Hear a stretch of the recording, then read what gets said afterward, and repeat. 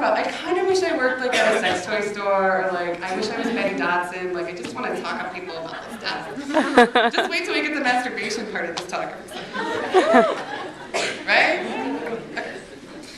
Other components include talking about sex, sexual communication, culture and sexual identity, sexual anatomy and functioning, sexual health care and safer sex, working with challenges to sexuality, masturbation and fantasy, positive sexuality, intimacy and relationships, and spirituality. Thirsty again. So I'm going to touch on a few of these, and then I'm going to come back to how healthy body image is connected to healthy sexuality. How are we doing at time? Oh, we have so much time. You're fabulous. 6:35. Yeah, okay. How are we all doing? How are you guys doing? How are you doing? Do we need another deep breath? How are you doing? No? Oh, good. Okay. Okay. Let's talk about sexual communication for a moment. To be able to communicate your sexual desires, your sexual boundaries, clearly and effectively is powerful. In Minneapolis, where I'm from, where I live, this year's Dyke March theme was Consent is Sexy, which I think is really appropriate. Learning about consent, how to have consensual sexual interactions with others is sexy, and powerful, and radical, and takes work. I often say to people in my work as a sex therapist that we don't get training on how to communicate about sex. Did anybody have that, like, in grade school? Yeah.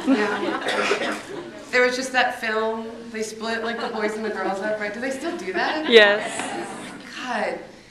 Later, can we talk about sexual education in this country and, like, how it's tragic? Yes. Okay. So we don't learn how to talk about sex in any sort of way. And there's all these messages about how sex should be intuitive and nonverbal, and this is reinforced in media and like all over the place. And then to speak out loud our desires or to set sexual boundaries, I mean, to do that, it can feel very difficult and very vulnerable. Part of being able to communicate to another person your desires and your boundaries requires knowledge of what these are. It takes sexual self-knowledge. And part of this knowledge is gleaned through our sexual relationship with ourselves. This is where I'm going to talk about masturbation. So anyone who has worked with me or heard me give a talk on sexy stuff has heard me say that masturbation is the key to good partner sex. I recently had a member of one of my women's sexual health groups ask me to explain this, and so let me proselytize to you about masturbation for a minute, okay? To know yourself, to know how to get yourself off, to know your body, and to be intimate with what turns you on gives you the power to be able to communicate this to another person. And furthermore, to be able to pleasure yourself means you never, ever have to be dependent on someone else for your sexual pleasure. You got the power right yourself, people. Yeah. To love yourself. To give yourself pleasure. Just the way that you are in this very moment. Communication and masturbation are intimately linked. We also live in a culture where, for women especially, masturbation isn't talked about. I remember growing up and thinking that none of my friends masturbated. I don't even think I knew what that word was till who knows when. No one taught me what it was or told me that it was a good thing to do. And it is a good thing to do. It's a great thing to do. So talking about masturbation and practicing self-pleasure is a liberatory and radical act within itself. Take that home from this night. That's your extra credit. Just say. Professor that? Yeah, please do. She asked if she could tell her professor, and I said, please do. So Betty Dodson, who, if people are familiar with Betty Dodson, she's pretty fierce. She has a website, and she also has several books. And she's a pioneer in women's sexual health and masturbation. She used to lead, okay, I'm going to tangent again, I don't know, because I got time and whatever. But she used to lead these workshops. I so wish I was like alive in the 70s. Well, I mean, I was, but I was like 2 in the late 70s. But so she used to lead these like body love workshops where like a group of women would stand. Some people think this sounds terrible, but I'm like, fuck. Like they stand around in a circle, and they would all masturbate together and like have orgasms.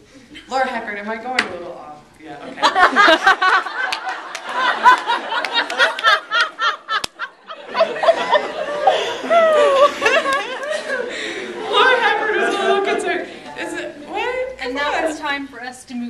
portion of the evening. Oh, that would be like, my first year as a programming coordinator, I really wanted to do consciousness raising groups and like get out some speculums and like all that. And Laura Hackard had to be like, no.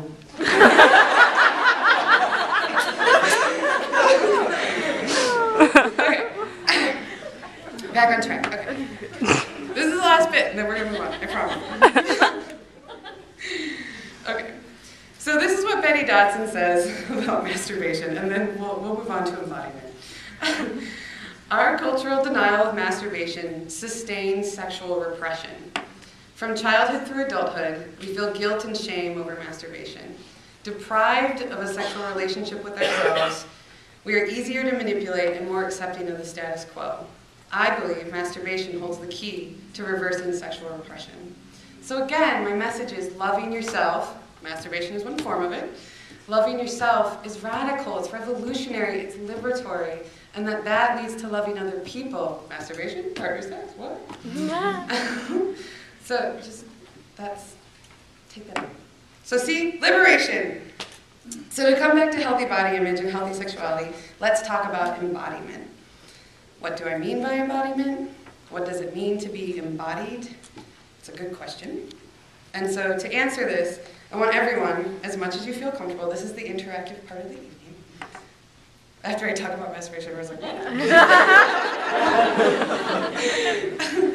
No, so to answer this, I want everyone, as much as you feel comfortable, so really, be knowledgeable about what your boundaries are, what you feel comfortable with, and as what you feel safe with, to engage in this exercise. And so it's just going to be, we're going to do some breathing, and I'll sit down on my stool here. We're going to do a little bit of breathing, and then we're going to do just sort of a little bit of focusing and centering. So you don't have to do anything, you don't have to walk around, you don't have to look at anybody, in fact you get to close your eyes, but if you don't feel comfortable closing your eyes, it's totally cool, and so just do what you can and what you feel comfortable with. Okay, so get settled in your chairs. Actually, you know what, maybe we need to set up, and get up for a minute and shake yourself out. We can do that, come on. Stretch it. Look, you're in your body, you're in your body. My back hurts. Whew.